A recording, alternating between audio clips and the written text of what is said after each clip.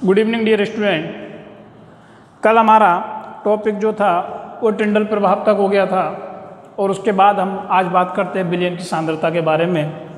तो आगे चलते हैं हम विलयन की सांद्रता के बारे में। विलयन की सांद्रता क्या होती है, मैंने आपको विलेय, विलायक और विलयन इनके बारे में बता दिया था। विलयन कैसे बनता है, विलेय प्लस विलायक से मिलकर विलयन बनता है। विलेय क्या होता है, जो पदार्थ मिलाया जा रहा है, डाला जा रहा है, वह तो होता है विलेय। जिसमें मिलाया जा रहा है वो होता है विलायक। और इन दोनों के मिलने से, विलेय प्लस विलायक के मिलने से विलयन का निर्माण होता है।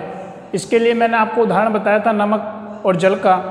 तो हम जल में नमक मिलाते हैं तो हमने क्या मिलाया है, नमक मिलाया है। तो जो मिलाया है वो तो हो जाएगा विलेय, तो नमक हो जाएगा विलेय।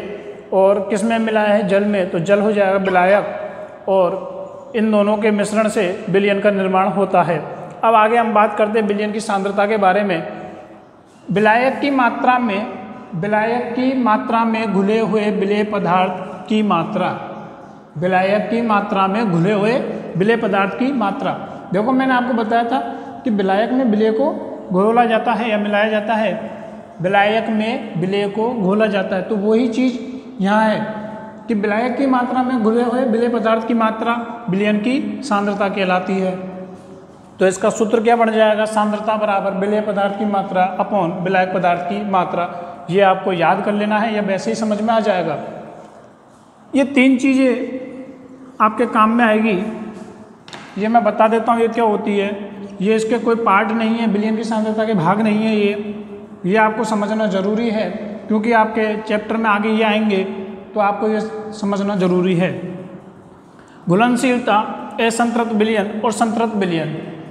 घुलनशीलता क्या होती है, विलयन में कोई, जैसे कोई विलायक है, जल है, उसमें हम नमक डाल रहे हैं, तो वो एक सीमा होगी कि भाई इतना नमक ये घोल सकता है। जैसे आपका एक गिलास पानी है, उसमें आप 1 चम्मच नमक, 2 चम्मच नमक, 50 चम्मच नमक डाल सकते हो और 50 चम्मच नमक को वह घोल सकता है। तो उसकी एक सीमा हो गई कि 50 चम्मच नमक वो घोल सकता है। 51वीं चम्मच जैसे ही डालोगे तो वो नीचे बैठने लग जाएगा, फिर उसके घोलने की क्षमता समाप्त हो जाएगी। तो घोलने की जो क्षमता है वो आपका क्या कहलाता है, घुलनशीलता। फिर हम बात करते हैं असंतृप्त विलयन।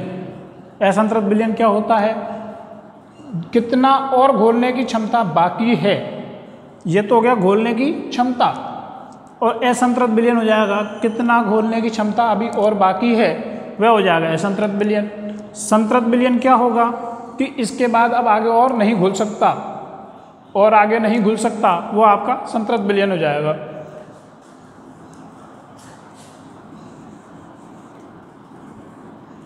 इनको आप वैसे ही लिख लेना।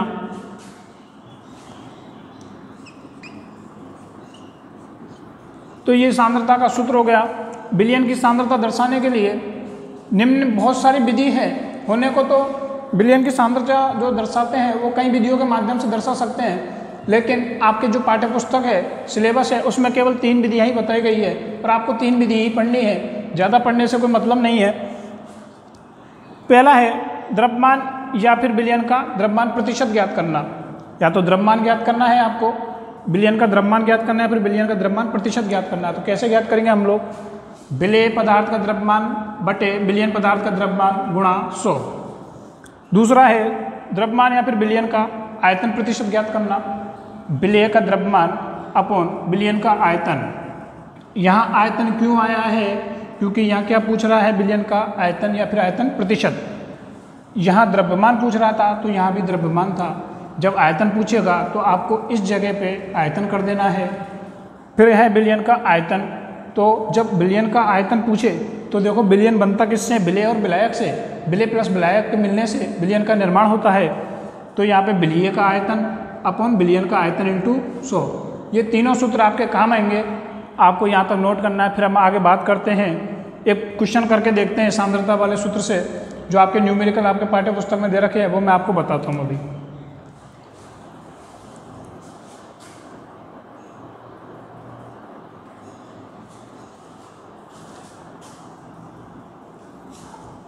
देखिए आपका क्वेश्चन ये दे रखा है 1 बिलियन के 320 ग्राम विलायक जल में, देखिए क्वेश्चन में ध्यान दीजिए, 320 ग्राम विलायक जल में आपका विलायक कितना है, 320 ग्राम क्या है, विलायक जल है। 40 ग्राम साधारण नमक विलेय है, नमक क्या है, विलेय है। तो आपको विलयन की सांद्रता ज्ञात करनी है। तो सबसे पहले आपको विलयन का द्रव्यमान ज्ञात करना होगा। तो विलयन का द्रव्यमान कैसे ज्ञात होगा, क्योंकि विलयन में क्या होता है, विलेय प्लस विलायक। तो हमें विलेय का द्रव्यमान और विलायक का द्रव्यमान दोनों को ऐड करना होगा, तब जाके विलयन का द्रव्यमान ज्ञात होगा। तो कैसे ज्ञात करेंगे, सबसे पहले लिखेंगे हम विलायक, कोष्टक में लिख दीजिए जल, क्योंकि यहाँ पे आपको क्वेश्चन में क्या दे रखा है, विलायक जल दे रखा है। जल का द्रव्यमान कितना दे रखा है, 320 ग्राम।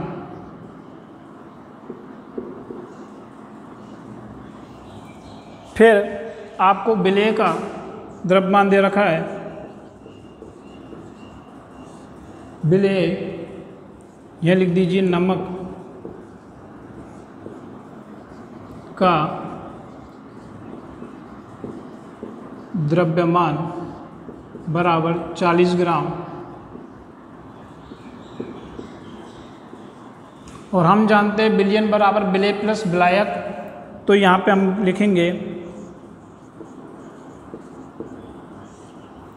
अतः विलयन का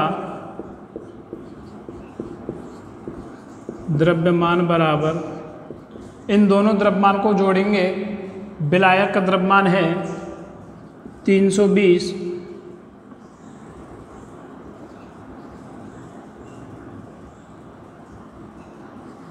प्लस 40, जोड़ने पे कितना हो जाएगा, 360, 360 ग्राम। ये क्या आ गया, आपका विलयन का द्रव्यमान आ गया। अब हमें क्या ज्ञात करनी है, विलयन की सांद्रता। तो सांद्रता बराबर, अभी हमने सूत्र पढ़ा था, क्या सूत्र पढ़ा था, विलेय का द्रव्यमान, विलेय का द्रव्यमान अपॉन विलयन का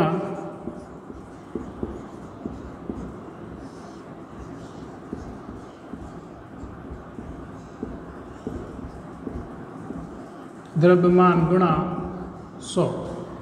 देखिए हम क्वेश्चन को देख के यहाँ पे विलयन या विलायक कर सकते हैं। यहाँ हमसे विलयन की सांद्रता के लिए पूछा गया है, इसलिए हमने यहाँ विलयन लिख दिया, क्योंकि हमने विलयन का द्रव्यमान निकाला है। और जब हमको जरूरत पड़ेगी तो हम विलायक का द्रव्यमान भी लिख सकते हैं। वैसे मोस्टली आपके काम यही आएगा कि विलेय का द्रव्यमान अपॉन विलयन का द्रव्यमान, यही मोस्टली काम में आएगा। विलायक का द्रव्यमान बहुत कम काम में आता है, लेकिन दे रखा है आपके सूत्र, हम इस सूत्र से काम में लेंगे।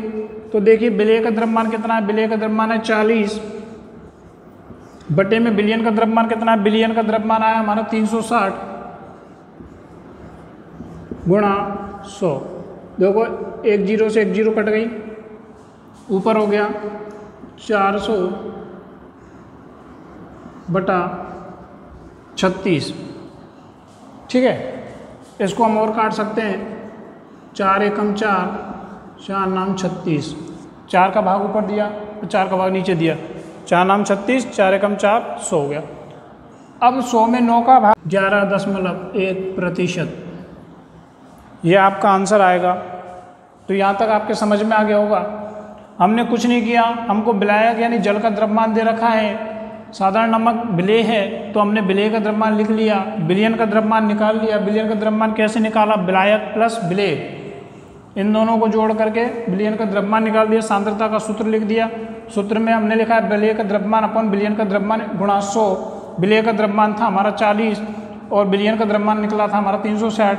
इनको सूत्र में जमा दिया, आगे सॉल्व करना आप जानते ही हो, तो इसको नोट कीजिए।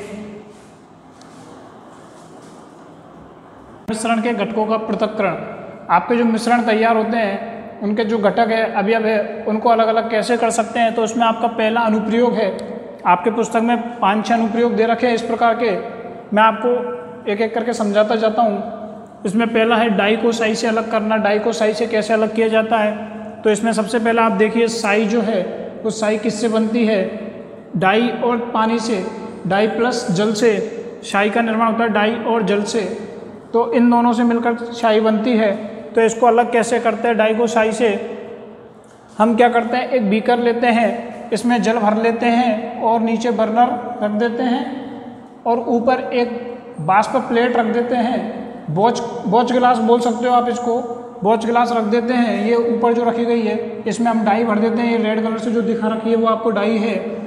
तो हम जैसे ही बर्नर को चालू करते हैं, ऊष्मा देना प्रारंभ करते हैं, तो ये पहले जल गर्म होता है और जल जब गर्म होता है तो जल की हीट, जल की जो बाष्प बनने से जो हीट पैदा हुई है, ऊष्मा पैदा हुई है, वो जैसे इस प्लेट पर जाती है तो ये डाई में से बाष्पें उठना प्रारंभ हो जाती है और इस प्रकार जो डाई है वो साई से अलग हो जाती है।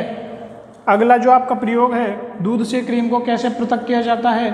दूध से क्रीम को पृथक करने का जो सिद्धांत है वो कार्य करता है वो ये है कि भारी कण नीचे बैठ जाते हैं और हल्के कण ऊपर आ जाते हैं।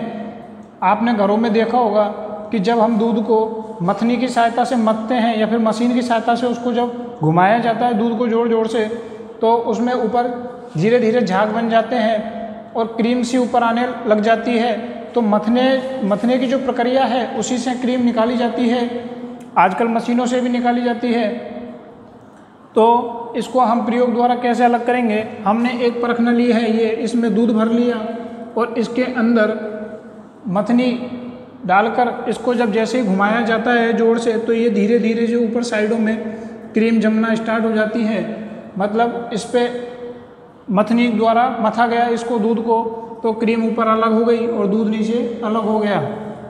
तो इस जो सिद्धांत पे कार्य करता है वो ये है, भारी कण नीचे एवं हल्के कण ऊपर आ जाते हैं। फिर इसके बाद के जो प्रयोग है वो हम अगली वीडियो में पढ़ेंगे। धन्यवाद।